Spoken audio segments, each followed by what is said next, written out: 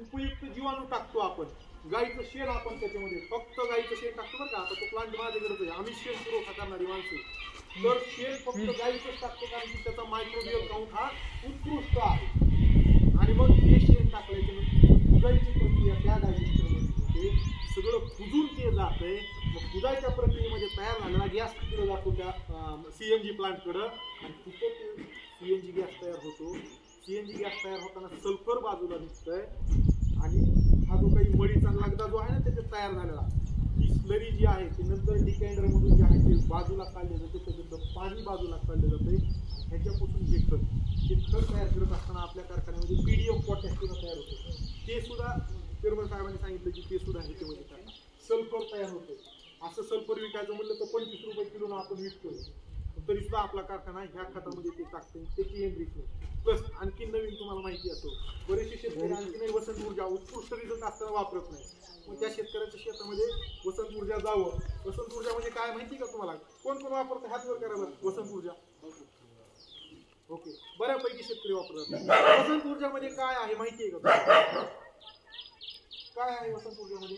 जी आहे ते प्रचंड वाढते, म्हणून तुम्ही वसंत ऊर्जा फवारणी केल्याच्या नंतर त्याचे रिझल्ट भेटतात. त्याचं प्रमुख कारण, आणि म्हणून कारखान्यानं आता कॉस्टिंगचा विचार केला नाही चेअरमन साहेबांनी, डायरेक्ट आम्हाला सांगितलं जे काही खत तुम्ही तयार करायला, ही जी गुळी तयार होती ना, ही गुळी तयार झाल्याच्या नंतर ह्याच्यावर वसंत ऊर्जेची ट्रीटमेंट सुद्धा आता कारखाना करायला आहे. ह्याच्यावर कोटिंग होती वसंत ऊर्जा, जेणेकरून ही गोळी तुमच्या शेतामध्ये गेल्याच्या नंतर तिथपर्यंत वसंत ऊर्जा सुद्धा जाईल, आणि जमिनीचे जे काही सूक्ष्म जीवाणू आहेत आणि ह्याच्यातले जे काही सूक्ष्म जीवाणू आहेत त्यांचा सुद्धा आणखी जास्त पटीने जो आहे तो विस्तार तिथं होईल, मल्टिप्लिकेशन तिथं होईल.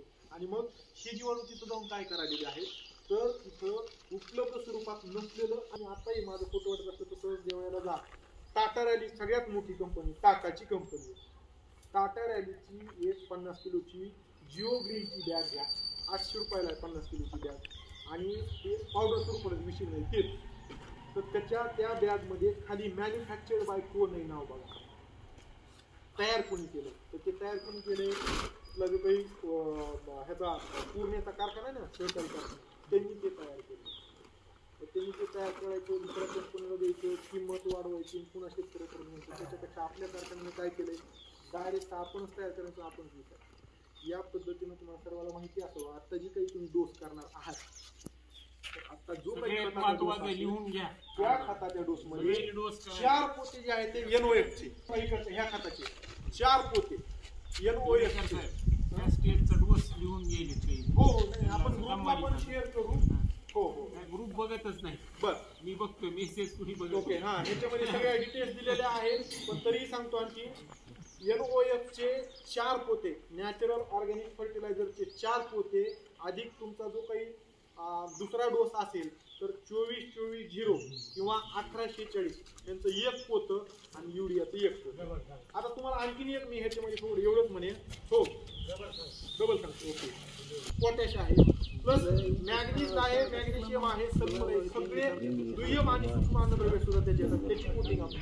ओके, 4 पोते NOF चे, 1 पोतं जे आहे ते 24-24-0 किंवा ते नसेल घ्यायचं तर 18-46, 24-24-0 किंवा 18